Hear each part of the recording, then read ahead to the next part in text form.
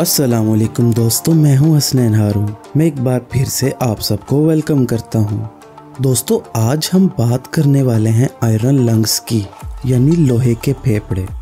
अब ये लोहे के फेफड़े किस बला का नाम है, ये क्या चीज़ है और लोग इसे क्यों इस्तेमाल करते हैं, आइए इसके बारे में थोड़ी मालूमात लेते हैं। दोस्तों, आयरन लंग्स एक मसनूई सांस लेने की मशीन है। इसे नेगेटिव प्रेशर वेंटिलेटर भी कहा जाता है।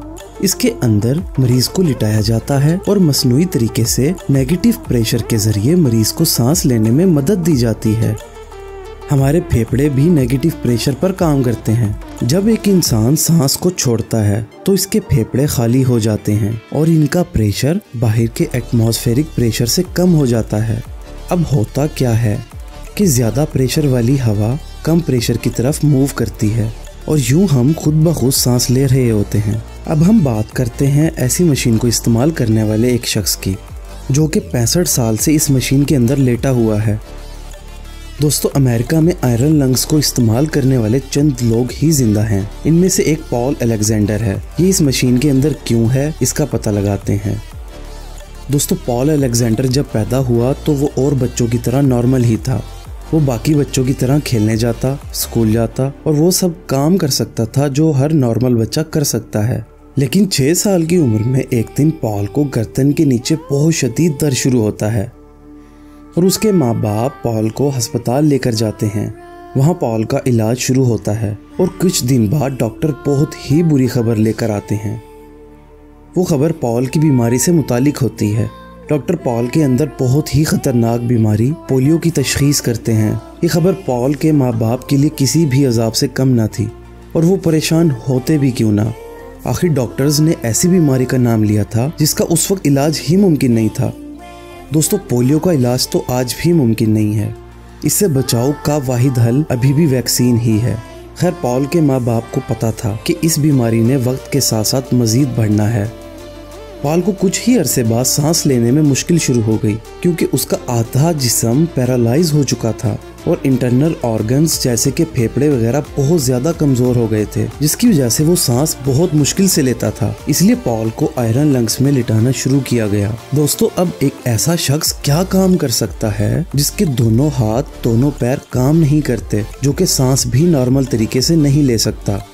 ऐसा शख्स तो लेटकर सिर्फ अपनी मौत ही याद कर सकता है। लेकिन पॉल वो शख्स था जिसने ऐसी हालत में भी उम्मीद नहीं छोड़ी थी। वो इसी पर लेटा स्कूल जाता था और इसी तरह वो कॉलेज और फिर यूनिवर्सिटी भी जाता रहा और एक दिन वकालत की डिग्री लेने में कामयाब हुआ। दोस्तों, पॉल ने सिर्फ डिग्री ही हासिल नहीं की, वो अपने आप को बहुत ही अच्छा वकील मनवाने में भी कामयाब हुआ।